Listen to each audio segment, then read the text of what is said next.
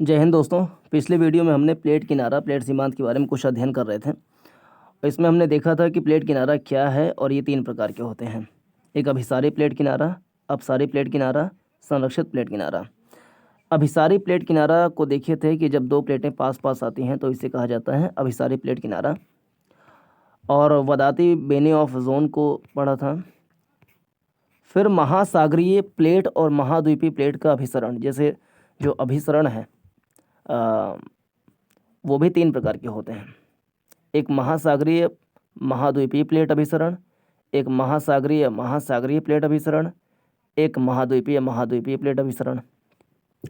तो महासागरीय महासागरीय महासागरीय महाद्वीपीय प्लेट अभिसरण देखा था। इसमें क्या होता है कि महासागरीय प्लेट का घनत्व ज़्यादा होता है, महाद्वीपीय प्लेट का घनत्व कम होता है, क्योंकि महासागरीय प्लेट बना होता है बेसाल्ट का और महाद्वीपीय प्लेट बना होता है ग्रेनाइट का। तो जब महासागरीय प्लेट महाद्वीपीय प्लेट के नीचे सबडक्ट कर जाता है तो जाकर के 4-5 घटनाएं होती हैं, जिसमें से एक है भूकंप आ सकता है, अर्थक्वेक आ सकता है, वोल्केनो यानी कि ज्वालामुखी आ सकता है।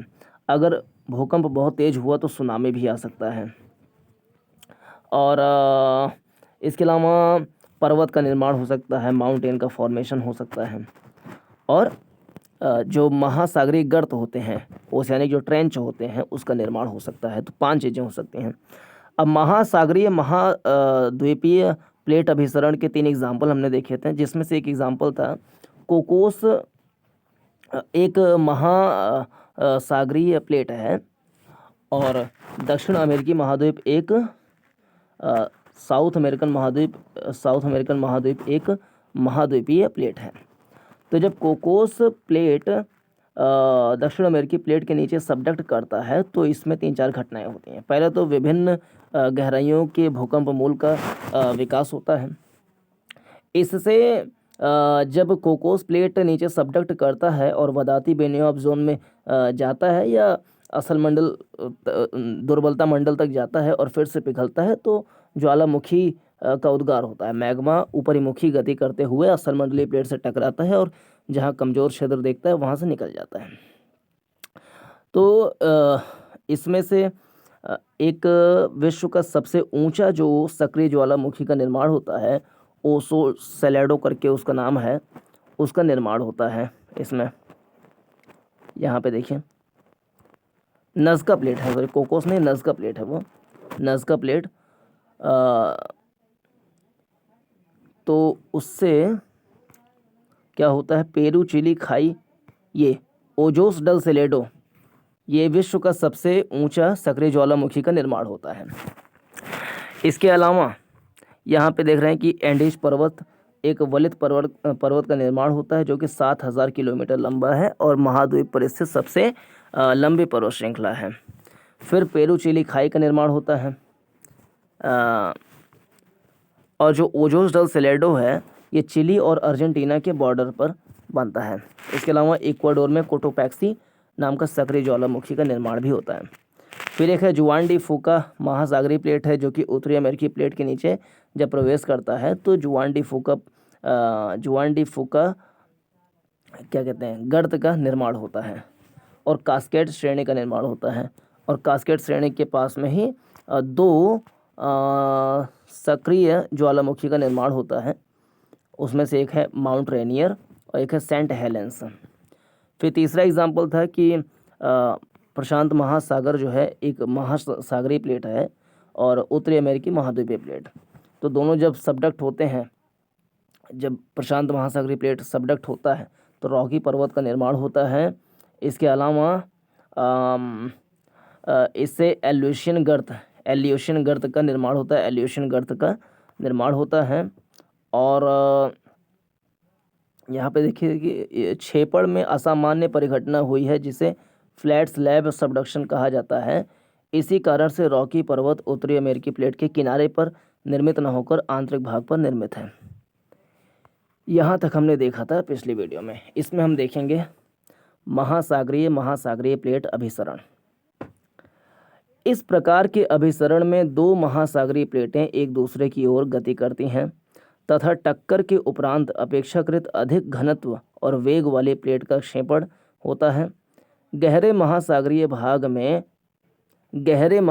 भाग में अवसादों की मोटाई कम होने के कारण वलन की क्रिया अधिक प्रभावी नहीं होती है, किंतु प्लेट के छेपित भाग के पिघलने से दूसरी प्लेट पर ज्वालामुखी उद्गार होते हैं, जिससे ज्वालामुखी द्वीपों की श्रृंखला, ये चीज़, छेपित भाग के पिघलने से दूसरी प्लेट पर ज्वालामुखी उद्गार होते हैं, जिससे ज्वालामुखी द्वीपों की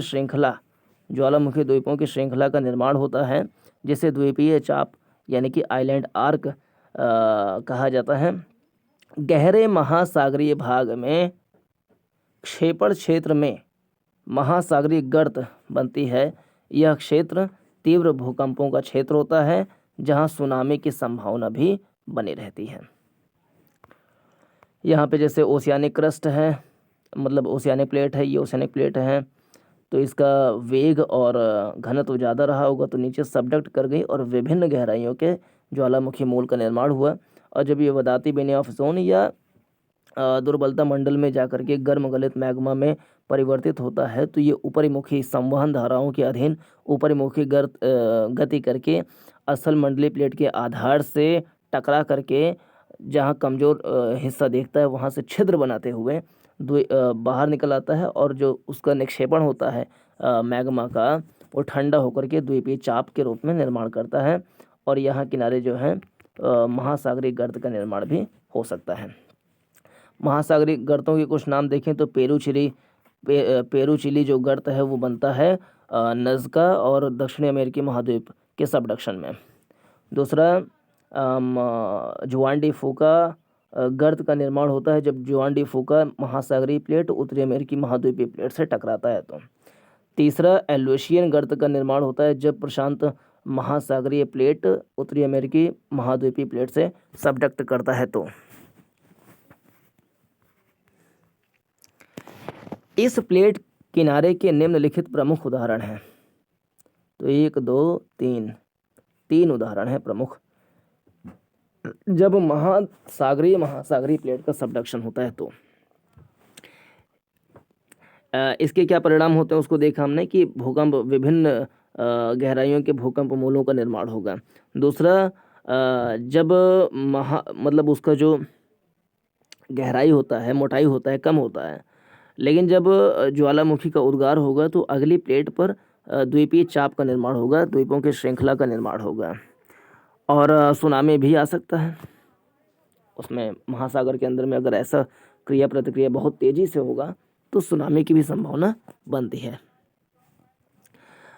तो महासागरीय प्लेट किनारों के सबडक्शन से के जो एग्जाम्पल हैं उसको देख रहे हैं। पहला, जापान के द्वीप समूहों के निर्माण में महासागरीय प्लेट अभिसरण उत्तरदायी है।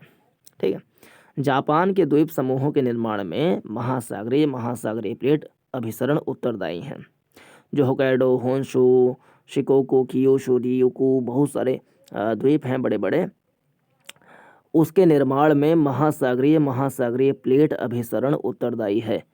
यद्यपि इनके निर्माण में 2 से अधिक प्लेटों का योगदान है, किंतु इसमें प्रमुख भूमिका प्रशांत महासागरीय प्लेट और यूरेशियाई प्लेट के महासागरीय भाग का है, क्योंकि यूरेशियाई प्लेट पूर्ण रूप से महाद्वीपीय प्लेट नहीं, हालांकि महाद्वीपीय प्लेट कहलाता है, लेकिन कोई भी प्रधान प्लेट पूर्ण रूप से महाद्वीपीय प्लेट नहीं है।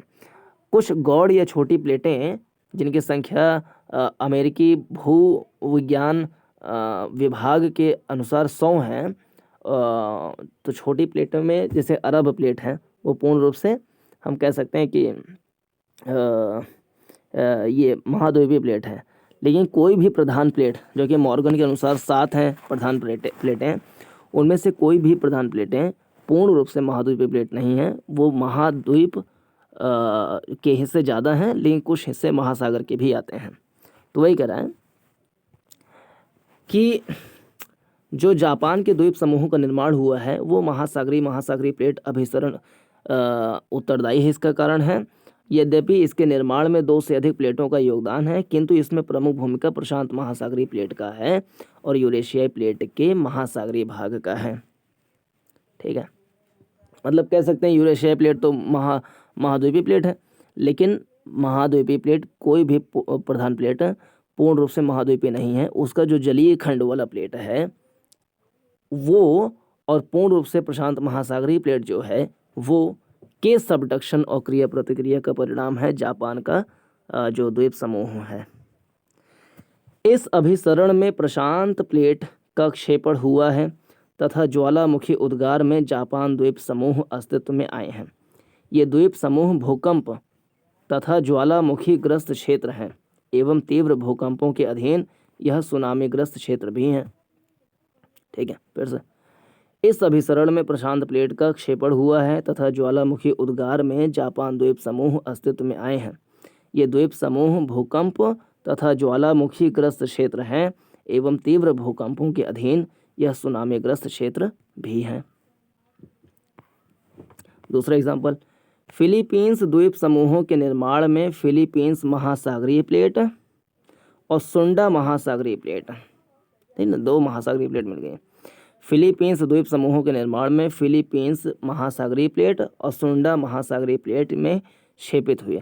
फिलीपींस महासागरीय प्लेट सुंडा महासागरीय प्लेट में क्षेपित हुई है, जिसके सहारे इन द्वीपों की अवस्थिति पाई जाती है। फिर से, फिलीपींस द्वीप समूहों के निर्माण में फिलीपींस महासागरीय प्लेट सुंडा महासागरीय प्लेट में क्षेपित हुई है, जिससे सुंडा प्लेट के सहारे इन द्वीपों की अवस्थिति पाई जाती है। ठीक, तीसरा उदाहरण, इंडोनेशिया।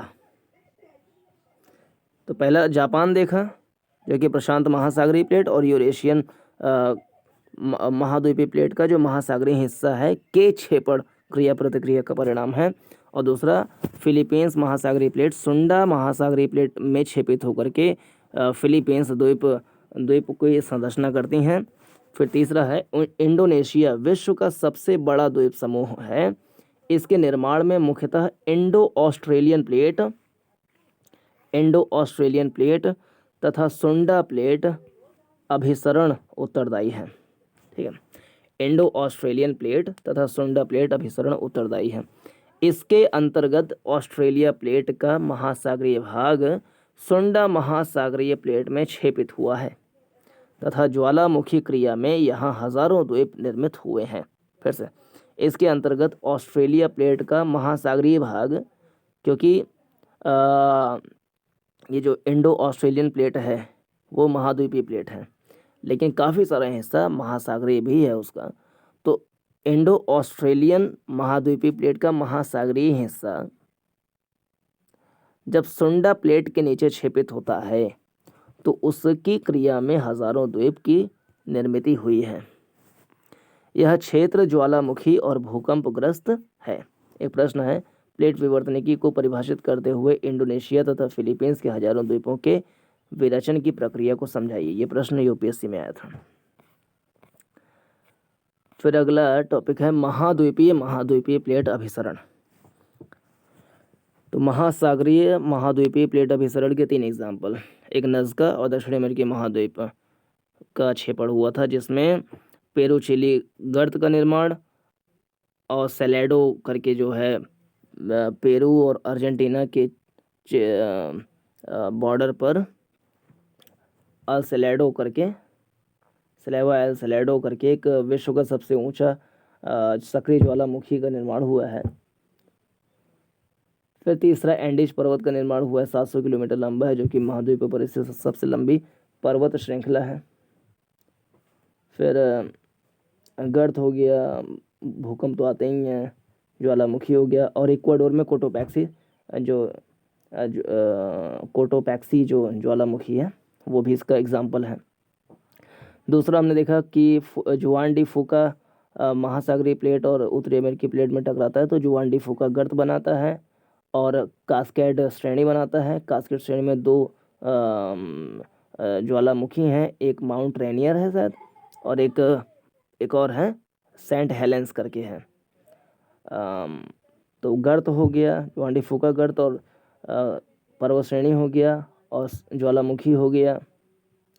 फिर तीसरा था प्रशांत महासागरीय प्लेट और उत्तरी अमेरिकी प्लेट टकराता है तो बनता है क्या, रॉकी पर्वत बनता है, एल्यूशन गर्त बनता है। ये सब चीज़ें हैं। फिर महासागरीय महाद्वीपीय प्लेट के अभिसरण में देखा 3 एग्जाम्पल, मतलब महासागरीय प्लेट के में देखा 3 एग्जाम्पल। एक प्रशांत महासागरीय प्लेट जब यूरेशियाई प्लेट के महासागरीय हिस्से से टकराता है, छेपित होता है, तो उससे ज्वालामुखी का बहुत सारा सुनामी, भूकंप, ये सब चीज़ें आती हैं और ज्वालामुखी आता है, जिसके कारण से जापान का निर्माण हुआ है। फिर फिलीपींस महासागरीय प्लेट सुंडा महासागरीय प्लेट में छेपित हुआ है, जिससे हजारों द्वीपों की विरचन हुई है, फिलीपींस द्वीप समूह बना हुआ है। तीसरा, इंडो ऑस्ट्रेलियन प्लेट का महासागरीय प्लेट मतलब हिस्सा सुंडा प्लेट के नीचे छेपित हुआ है, जिससे हजारों इंडोनेशियाई द्वीप समूहों का निर्माण हुआ है। फिर आ गया महाद्वीपीय प्लेट अभिसरण।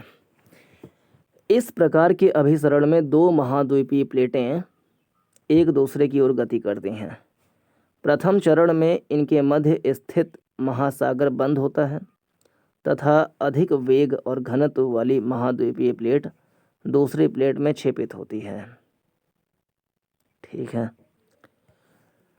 इस प्रक्रिया में महासागरीय भाग के अवसादों के वलन से अत्यधिक ऊंचाई वाले वलित पर्वतों का निर्माण होता है। इस प्रकार के अभिसरण में दोनों प्लेटों के घनत्व में अधिक अंतर न होने के कारण प्लेट का सीमित क्षेपण होता है, अतः छेपित भाग अधिक गहराई में प्रवेश नहीं कर पाता है, जिससे इसके पिघलने से निर्मित मैग्मा इतना शक्तिशाली नहीं होता कि वह भूपृष्ठ पर लावा के रूप में उद्गारित हो सके। यही कारण है कि इस प्लेट किनारे के सहारे छिछले और तीव्र भूकंप संभावित होते हैं, किंतु ज्वालामुखी उद्गारों का अभाव होता है। इसका प्रमुख उदाहरण भारतीय और यूरेशियाई महाद्वीपीय प्लेटों का अभिसरण है। ठीक है, जिसमें भारतीय प्लेट का यूरेशियाई प्लेट में सीमित क्षेपण हुआ है, किंतु ज्वालामुखी उद्गार का अनुपस्थित है। भारतीय प्लेट अभी भी यूरेशियाई प्लेट की ओर उत्तर पूर्व गति कर रही है, जिसके कारण संपीड़न बल के अधीन हिमालय का उत्थान हो रहा है।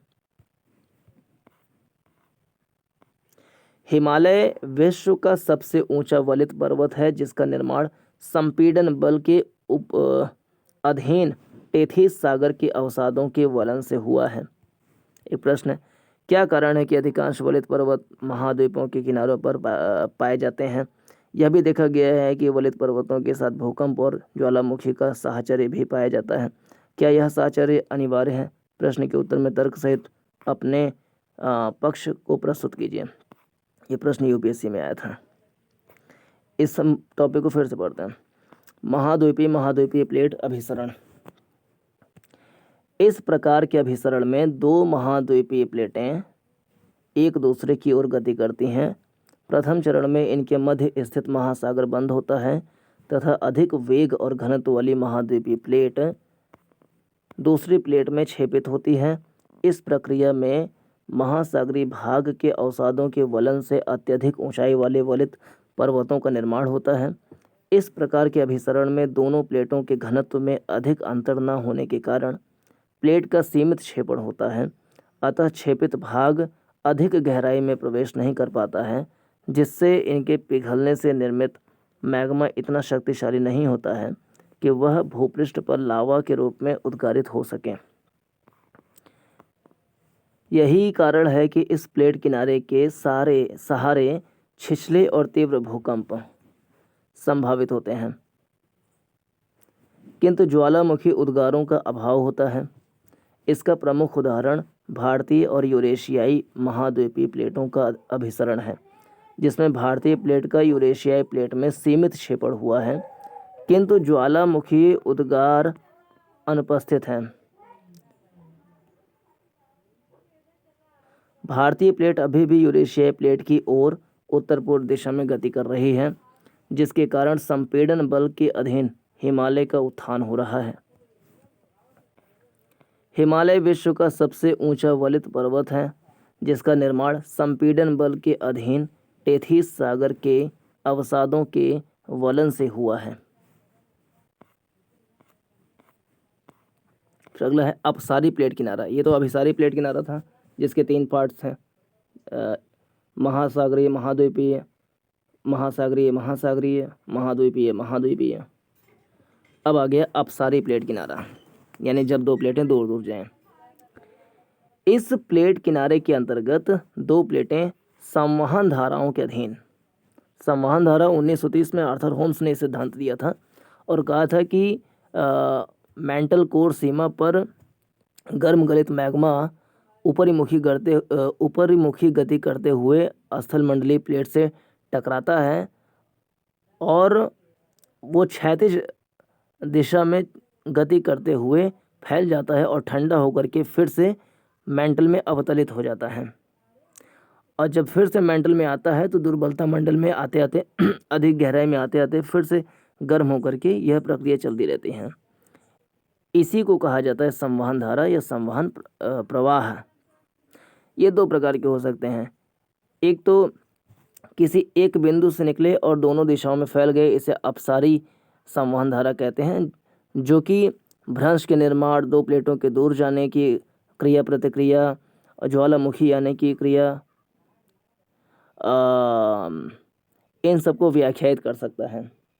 और जब 2 केंद्रों से ज्वालामुखी ऊपरीमुखी गति करते हुए आ रहा है और ऊपर टकरा करके 2 धाराएं एक ही दिशा में आ रही हैं क्षैतिज गति करते हुए, तो इससे पैंजिया के निर्माण, 2 प्लेटों के समीप आने का परिघटना, वलित पर्वत के निर्माण की प्रक्रिया और भ्रंश कह रहे हैं, गर्त जो होता है ट्रेंच बनने की प्रक्रिया, इन सबको समझाया जा सकता है। भूकंप आने की प्रक्रिया, इसको समझाया जा सकता है। तो अब सारी यही है संवहन धारा। तो अपसारी प्लेट किनारा, इस प्लेट किनारे के अंतर्गत 2 प्लेटें संवहन धाराओं के अधीन एक दूसरे से विपरीत दिशाओं में गति करती हैं। संवहन धाराओं के अधीन एक दूसरे से विपरीत दिशाओं में गति करती हैं, जिससे दुर्बलता मंडल पर आरोपित दबाव में कमी आती है। ठीक है। तथा यहाँ पेरिडोटाइट, कौन सा, पेरिडोटाइट चट्टानों के खनिजों के पिघलने से बेसाल्टिक मैग्मा भूपृष्ठ पर आता है। सिलिका की कमी के कारण यह अश्यान लावा होता है, माने ज़्यादा गाढ़ा नहीं होता। तो सिलिका की कमी के कारण यह अश्यान लावा होता है, जो भूपृष्ठ पर फैलकर भूपृष्ठ की नई परत का निर्माण करता है। अतः इसे रचनात्मक कंस्ट्रक्टिव प्लेट किनारा कहा जाता है। इसे फिर से पढ़ें। अपसारी प्लेट किनारा, इस प्लेट किनारे के अंतर्गत 2 प्लेटें संवहन धाराओं के अधीन एक दूसरे से विपरीत दिशाओं में गति करती हैं, जिससे दुर्बलता मंडल पर आरोपित दबाव में कमी आती है। तथा यहाँ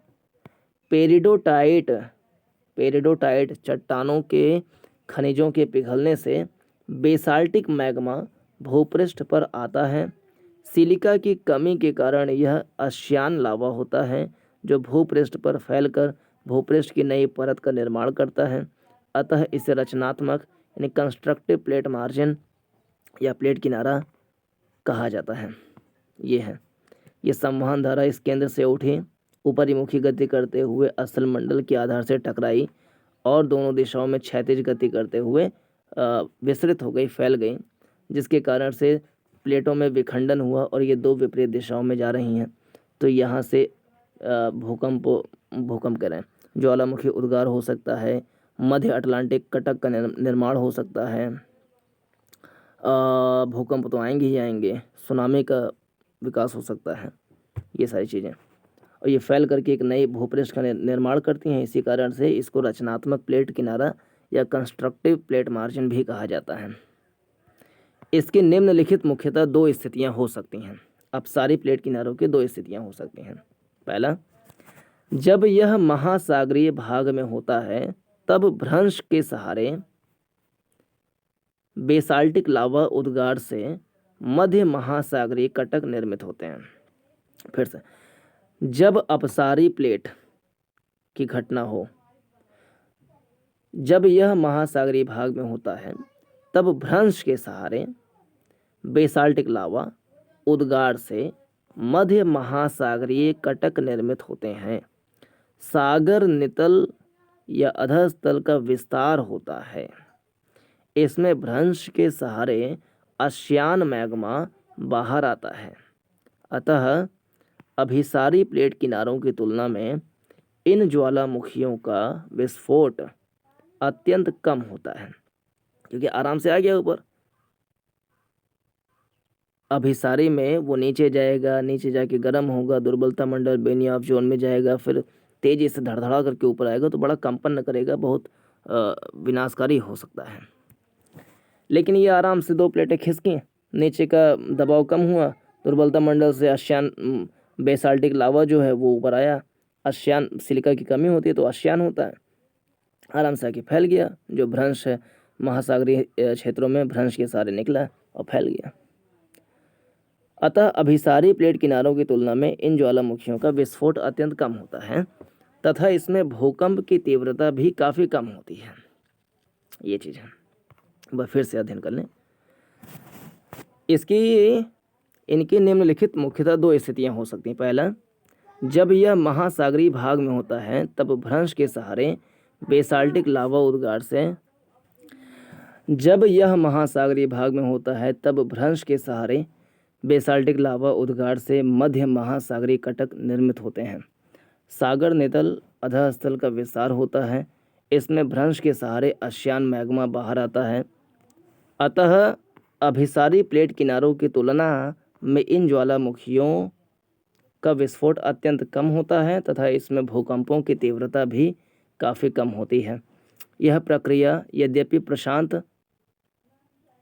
प्रशांत, अटलांटिक और हिंद तीनों महासागरों में हो रही है, किंतु अटलांटिक महासागर में किसी अन्य महासागर की तुलना में यह अधिक तीव्रता से संपन्न हो रही है। ठीक है, तीनों में हो रही है, प्रशांत में भी, अटलांटिक में भी, हिंद में भी, लेकिन अटलांटिक महासागर में यह प्रक्रिया थोड़ी ज़्यादा तीव्र गति से हो रही है। इसके कारण मध्य अटलांटिक कटक का निर्माण हुआ है तथा अटलांटिक महासागर का विस्तार हो रहा है। वैज्ञानिकों के अनुसार मध्य अटलांटिक कटक क्षेत्र में प्रतिवर्ष 2.5 सेंटीमीटर की दर से विस्तार हो रहा है। फिर से, वैज्ञानिकों के अनुसार मध्य अटलांटिक कटक क्षेत्र में प्रतिवर्ष 2.5 सेंटीमीटर की गति की दर से विस्तार हो रहा है। मध्य अटलांटिक कटक लगभग 16,000 किलोमीटर में विस्तारित है। 16,000 किलोमीटर में विस्तारित है और 7,000 किलोमीटर में विस्तारित था एंडीज पर्वत, जो कि बना था नज़्का महासागरीय प्लेट और दक्षिण अमेरिकी महाद्वीपीय प्लेट से, जिसके कारण से ओजोस अल सेलेडो, ओजोस अल सेलेडो नाम का सक्रिय ज्वालामुखी, जो कि विश्व का सबसे ऊंचा सक्रिय ज्वालामुखी है, का निर्माण हुआ है। पेरू चिली खाई का निर्माण हुआ है और इक्वाडोर में कोटोपैक्सिस सक्रिय ज्वालामुखी का निर्माण हुआ है और एंडीज पर्वत का निर्माण हुआ है। फिर दूसरा, जब यह परिघटना महाद्वीपीय भाग में होती है तब भ्रंश घाटी का निर्माण होता है। यानी अपसारी 2 जगह पे हो सकता है, या तो महासागर में या तो महाद्वीप में। महासागर में प्रशांत, अटलांटिक, हिंद तीनों में होता है, लेकिन अटलांटिक महासागर में इसकी तीव्रता ज़्यादा है। जब 2 प्लेटें दूर हटती हैं तो नीचे से दुर्बलता मंडल से दबाव कम होता है, तो वहाँ का गर्म गलित बेसाल्टिक लावा ऊपर की ओर आकर के आसियान रूप में फैल जाता है, क्योंकि इसमें सिलिका की कमी होती है और नए भूपृष्ठ का निर्माण होता है, जिसके कारण से इसको रचनात्मक प्लेट किनारा, कंस्ट्रक्टिव प्लेट मार्जिन कहा जाता है। और यहाँ पे इसकी चूँकि जो भूकंप है कम आते हैं, क्योंकि इसकी जो गहराई है कम है, ज्वालामुखी उद्गार से जो कंपन होती है, ये सब चीज़ें होती हैं, वो अत्यंत निम्न होती हैं, कम होती हैं अभिसारी प्लेट किनारों की तुलना में। तो दूसरा केस बता रहा है कि जब यही परिघटना महाद्वीपीय भाग में होती है तब भ्रंश घाटी का निर्माण होता है तथा इससे शांत ज्वालामुखी उद्गार होते हैं। शांत ज्वालामुखी उद्गार होते हैं। इसमें हल्के भूकंप आते हैं। उद्गारित लावा बेसाल्टिक वाला आश्यान होने के कारण दूर तक फैलता है, जिससे लावा पठार निर्मित होते हैं। दरार के सहारे निर्मित ज्वालामुखी विदर ज्वालामुखी फ्यूजर इरप्शन होते हैं। फिर से पढ़ने से, जब यह परिघटना महाद्वीपीय भाग में होती है तब भ्रंश घाटी का निर्माण होता है तथा इससे शांत ज्वालामुखी उद्गार होते हैं। इसमें हल्के भूकंप आते हैं।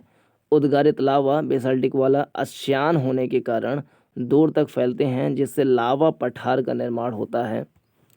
दरार के सहारे निर्मित ज्वालामुखी विदर ज्वालामुखी फिजर इरप्शन कहलाता है। अफ्रीका की महान भूभ्रंश घाटी अपसारी प्लेट किनारे का ही परिणाम मानी जाती है। यद्यपि इसके निर्माण की प्रक्रिया के लिए मेंटल प्लूम की अवधारणा का प्रयोग किया जाता है। लाल सागर भी भ्रंश घाटी में स्थित है। यूएसए में कैलिफोर्निया की खाड़ी का संबंध भी भ्रंश घाटी से है। फिर से, लाल सागर भी भ्रंश घाटी में स्थित है। दूसरा, यूएसए में कैलिफोर्निया की खाड़ी का संबंध भी भ्रंश घाटी से है। अब तीसरा है संरक्षित प्लेट किनारा, कंजर्वेटिव या ट्रांसफॉर्मेशनल प्लेट मार्जिन्स। इस प्रकार के प्लेट किनारे में प्लेटें ना तो एक दूसरे से दूर जाती हैं और न ही एक दूसरे की ओर आती हैं, बल्कि ये एक दूसरे से भ्रंश के सहारे घर्षित होते हुए गति करती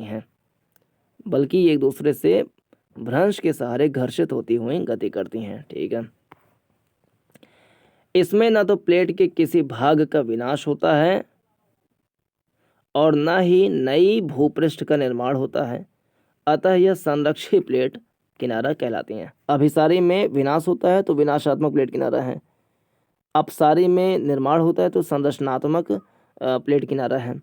इसमें न विनाश न कुछ होता है तो संरक्षित प्लेट किनारा है। इस प्लेट किनारे में ज्वालामुखियों का अभाव होता है, किंतु तीव्र भूकंपों की संभावना बनी रहती है। तटीय क्षेत्रों में सुनामी भी उत्पन्न हो सकती है। यूएसए के कैलिफोर्निया में सैन एंड्रियास भ्रंश के सहारे प्रशांत और उत्तरी अमेरिकी प्लेटें घर्षित हो रही हैं। यूएसए के कैलिफोर्निया में सैन एंड्रियास भ्रंश के सहारे प्रशांत और उत्तरी अमेरिकी प्लेटें घर्षित हो रही हैं। यह उच्च तीव्रता वाले भूकंप का क्षेत्र है। ठीक है। प्लेट विवर्तनिकी सिद्धांत की आलोचना। यद्यपि वर्तमान में पृथ्वी की सतह पर निर्मित भू आकृतियों तथा भूकंप ज्वालामुखी जैसी परिघटनाओं की उत्पत्ति की सर्वाधिक विश्वसनीय व्याख्या प्लेट विवर्तनिकी सिद्धांत के सहारे की जाती है, किंतु इस सिद्धांत की निम्न आधारों पर आलोचना की गई है। पहला है, इस सिद्धांत में प्लेटों की संख्या को लेकर विद्वानों में विवाद है, अतः भ्रम की स्थिति बनी रहती है। जैसे कि मॉर्गन महोदय ने कहा है कि जो वृहद प्लेटें हैं वो 7 हैं। एक प्रशांत महासागरीय प्लेट, उत्तरी अमेरिकी प्लेट, दक्षिण अमेरिकी प्लेट, यूरेशियाई प्लेट, अफ्रीकी प्लेट, इंडो ऑस्ट्रेलियाई प्लेट। लेकिन उसी में कुछ लोगों का कहना है कि उत्तरी अमेरिकी प्लेट, दक्षिण अमेरिकी प्लेट दोनों को मिला करके हम खाली अमेरिकी प्लेट कहेंगे, यानी कि 6 ही वृहद प्लेटें हैं। दूसरा, गौड़ प्लेटें या छोटी प्लेटें या माइनर प्लेटें, जिसका क्षेत्रफल 20 मिलियन किलोमीटर स्क्वायर से लेकर के 1 मिलियन किलोमीटर स्क्वायर के बीच में होता है। मॉर्गन जी ने मानना है कि इनकी संख्या 12 है, लेकिन यूएसए के भू विज्ञान विभाग का कहना है कि नहीं, ये तो 100 हैं। जैसे कि कोकोस, नज़का, कैरिबियाई द्वीप, अरब plate, Philippines plate, Nazca plate, Scotia plate. और मॉर्गन ने माइक्रोप्लेट की संकल्पना दी ही नहीं है।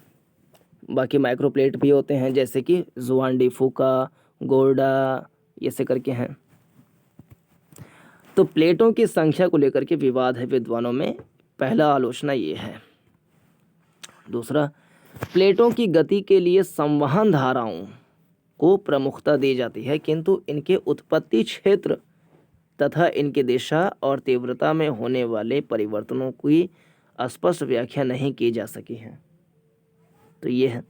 दूसरा आलोचना का है। पहला प्लेट की संख्या को लेकर के है, दूसरा संवहन धाराओं के सहारे व्याख्या तो की जाती है, किंतु उनकी उत्पत्ति क्षेत्र कहाँ से उत्पत्ति हो रही है, इनकी दिशा क्या होगी, उनकी तीव्रता का स्तर क्या होगा, इसकी व्याख्या नहीं कर पाए हैं। तो ये आलोचना का दूसरा बिंदु है। तीसरा, एक ही प्लेट के विभिन्न भागों की गतियां संभव होती हैं। एक ही प्लेट के विभिन्न भागों की गतियां संभव होती हैं जिसका उचित कारण ज्ञात नहीं है। एक ही प्लेट के विभिन्न भागों की गतियां संभव होती हैं जिसकी उचित कारण ज्ञात नहीं है। तीसरा आलोचना का बिंदु ये। चौथा, इस सिद्धांत द्वारा युवा वलित पर्वतों की व्याख्या तो की जा सकती है, किंतु ग्रेट डिवाइडिंग रेंज तथा ड्रैकेंसबर्ग जैसे पर्वतों की उत्पत्ति को इस सिद्धांत द्वारा बताया नहीं जा सकता।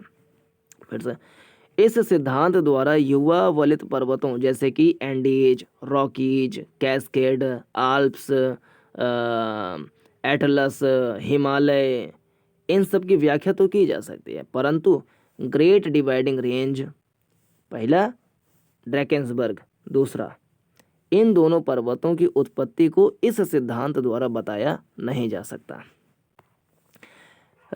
सका है। कई स्थानों पर 3 प्लेटें अंतर क्रिया करती हैं जिसे त्रिक संधि, ट्रिपल जंक्शन कहा जाता है। यहाँ होने वाली गतिविधियों के बारे में सीमित ज्ञान है।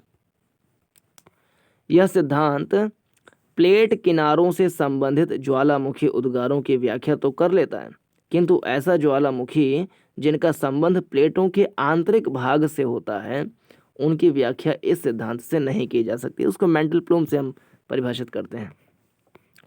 उपरोक्त सीमाओं के बावजूद यह एक क्रांतिकारी सिद्धांत है जो पृथ्वी की सतह पर होने वाली भूभौतिकी परिघटनाओं की तर्कसंगत व्याख्या करता है। तो आलोचना का बिंदु, प्लेटों की संख्या निश्चित नहीं। दूसरा, प्लेटों का जो गति है वो संवहन धाराओं के अधीन है, परंतु उनका विकास कहाँ होता है, उनकी दिशा क्या होती है, उनका तीव्रता क्या होगा, उनका प्रभाव, उनकी तीव्रता क्या होगा, इन सब का पूर्वानुमान लगाने में समस्या होती है। तीसरा, युवा वलित पर्वतों के निर्माण की प्रक्रिया को समझा तो लेता है, परंतु ग्रेट डिवाइडिंग रेंज और ड्रैकेंसबर्ग जैसे वलित पर्वतों के निर्माण की प्रक्रिया को समझा नहीं सका है। ज्वालामुखी निर्माण की प्रक्रिया को समझा तो लेता है, परंतु जो ज्वालामुखी महाद्वीपों के बीचों बीच में आते हैं उनकी प्रक्रिया को समझा नहीं पाता है। तो ये सारे आलोचना के बिंदु हैं, परंतु इसके बाद भी क्रांतिकारी सिद्धांत है जो पृथ्वी की सतह पर होने वाली भूभौतिकी परिघटनाओं की तर्कसंगत व्याख्या करता है। प्लेट विवर्तनिकी में होने वाले नए शोध इस सिद्धांत से संबंधित दोषों को दूर करने में सक्षम सिद्ध हो सकते हैं। पूरा कंप्लीट हो गया प्लेट विवर्तनिकी सिद्धांत, संवहन धारा सिद्धांत।